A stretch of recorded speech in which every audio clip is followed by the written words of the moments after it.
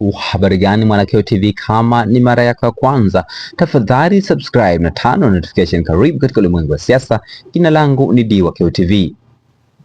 Baraza la Sanaa Taifa BASATA limesema kuanzia Februari 6 mwaka 2026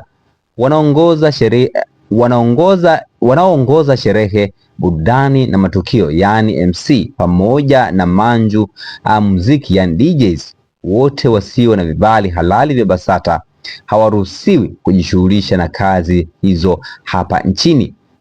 BASATA imesema yeyote atakayekiuka agizo hilo atatozwa faini isiyopungua shilingi bilioni 1 au isiyozidi shilingi milioni 3 au kufungwa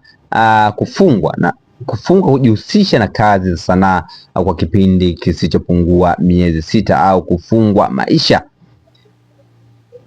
Hiyo ni barua ambayo imetolewa siku ya leo kwa ajili ya ma DJs pamoja na ma MC.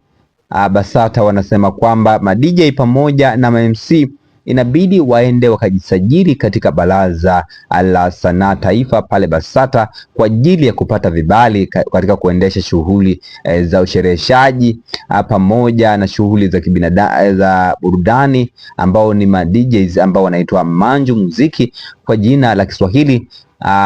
Hawa wanajihusisha na masuala ya kutoa burudani katika kumbi za starehe au kumbi za kwenye bar na sehemu tofauti tofauti.